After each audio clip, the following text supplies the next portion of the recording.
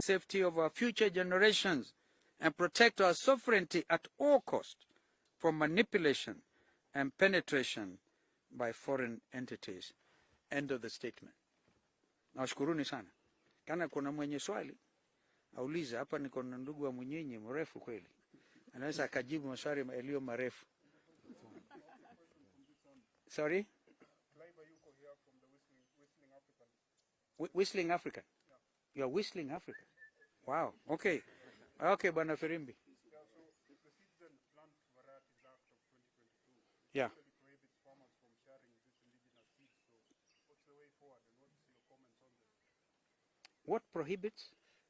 The Seeds and Plant Varieties Act of So Parliament is also an accomplice. It prohibits them from sharing information. Prohibits farmers from sharing indigenous seeds. Or indigenous seeds. How can actually Parliament acting? And the fine of the 1 million shillings fine if you are perhaps found. 1 million shillings fine. Kupeana ile mbegu ile ya zamani ingine ilikuwa ndaanzeka juu kwa nyumba. I think that must have been a serious oversight on the part of Parliament.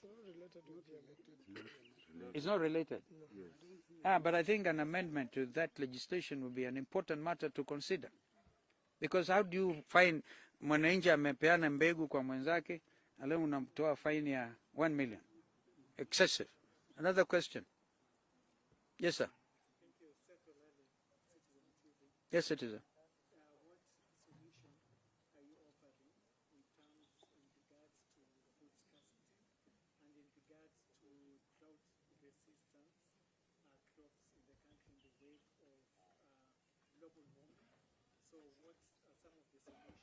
You know, nakushukuru sana.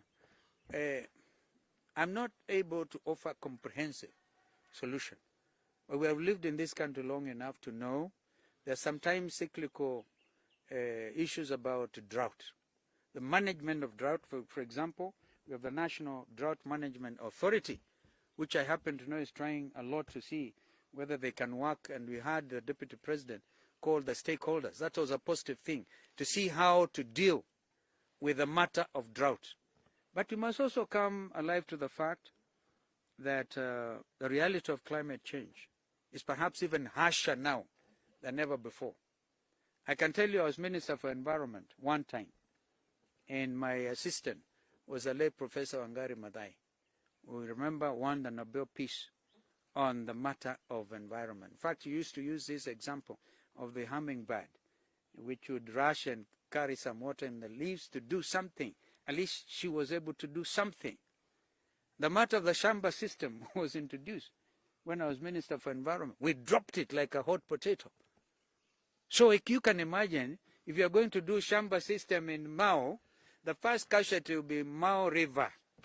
And the next thing is the world wonder we call the world every annual event, the world migration will be a thing of the past. What are we doing to our children and our children's children? All because we need to catch up with some lost time in terms of raising and necessary funding, perhaps to pocket people's private pockets. So this is a hot issue. That's why we are suggesting, it's a very hot issue, we are suggesting consultation, and the mechanism under the Constitution 2010 on public participation is very well established now, from the national government level to the county governments as well. We cannot rely forever on our development partners. We must take a hold of the destiny of our nation. Maybe ya pili ya mwisho. Yes, sir.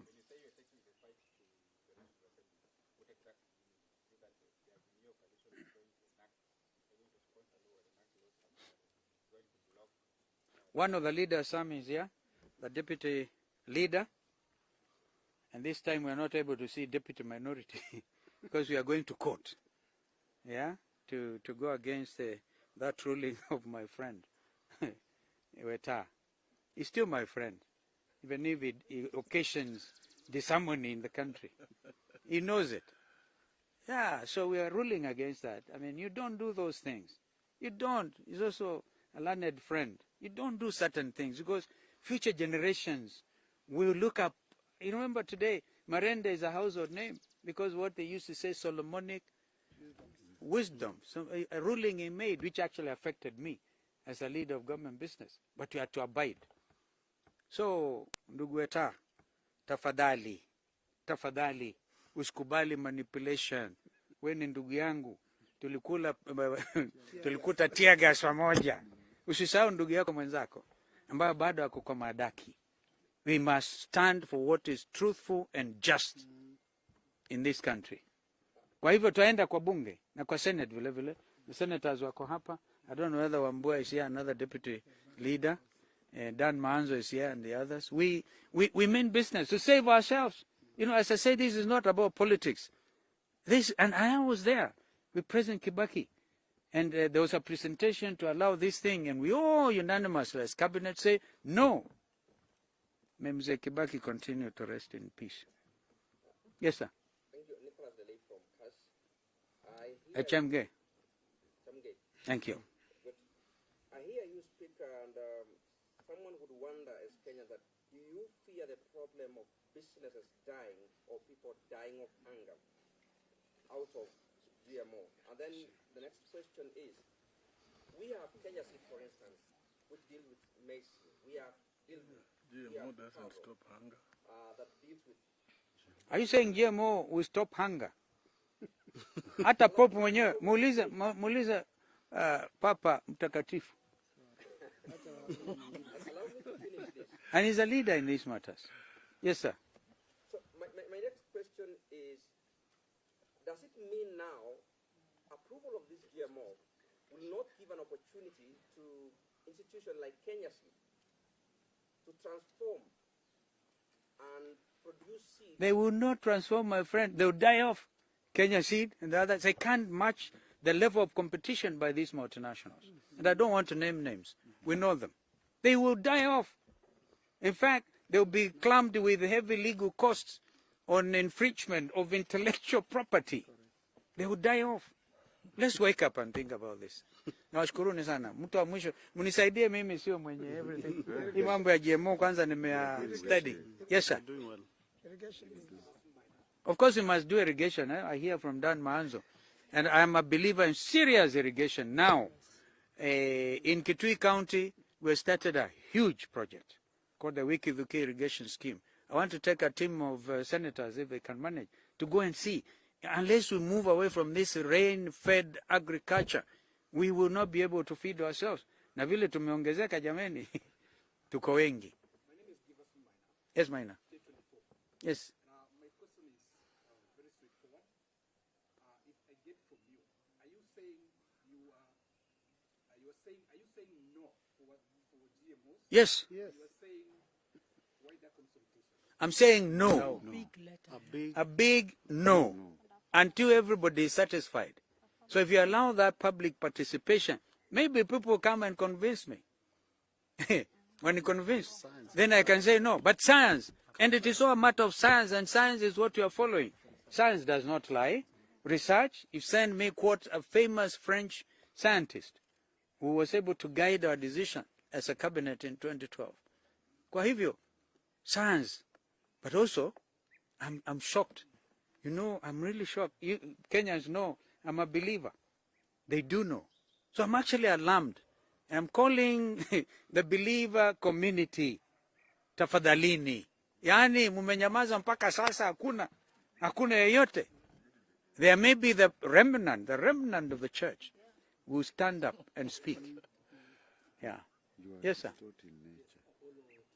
Apollo. Yes, sir. We should have gone to the stars or the moon.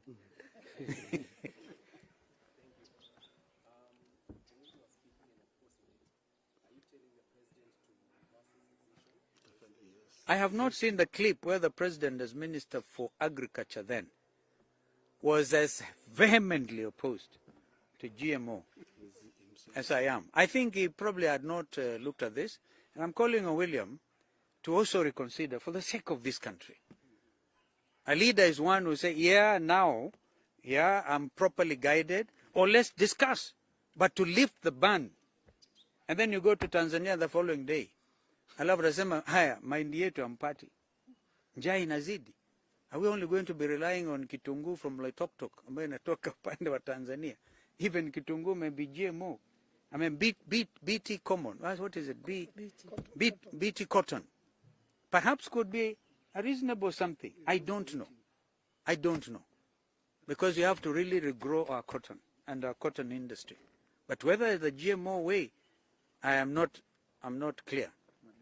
Yeah. But at the moment, unequivocally, no.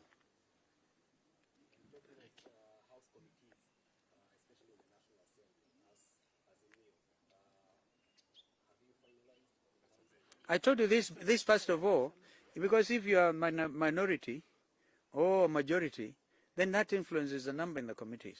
Sindio? And this is a matter ambayo nimezungumza kwamba sisi wenyewe tuko kwa mahakama. In the meantime, we have given instructions to our leadership in the House to remain seized with this matter. And I know they are. That's why Robert Mbui is going there and others. Yeah, I used to be the chair of the House Business Committee. So I know. Sorry? So it's 50-50. So that's not an issue. I think Robert can tell you that. So that's not an issue. The House Business Committee will be set up today.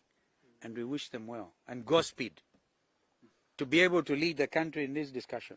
Tunaangamia zote tukiona bana. Hey, some people who are religious fundamentalists were hard to say, Yesu tafadhali. Usitumane kuja wakati huu. Yani maajabu haya, watu wameumia. Akuje haraka jameni. Tusipo kabla ya kuangamia. Unasikia my friend from CAS? I know my friends in CAS in London. Anybody else? Final.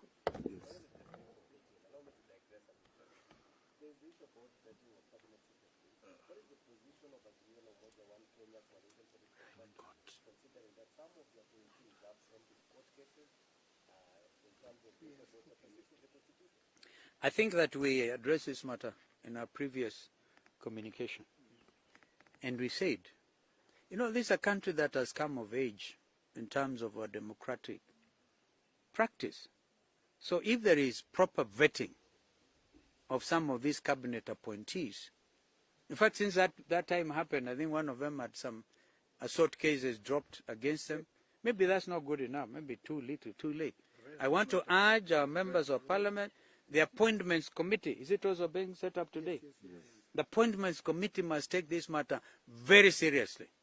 And I want to ask EAC and other governance institutions to really prove the worth the Kenyan taxpayer has put on their table. Yeah, if there are people in the history, some of them have been governors, some of them have been whatever, and in the history, the charges that are supposed to be leveled against them. And I want to ask the DPP as well to cooperate in these matters. We know people at the highest level who got their cases dropped, but the files are still there. And they are subject to this vetting.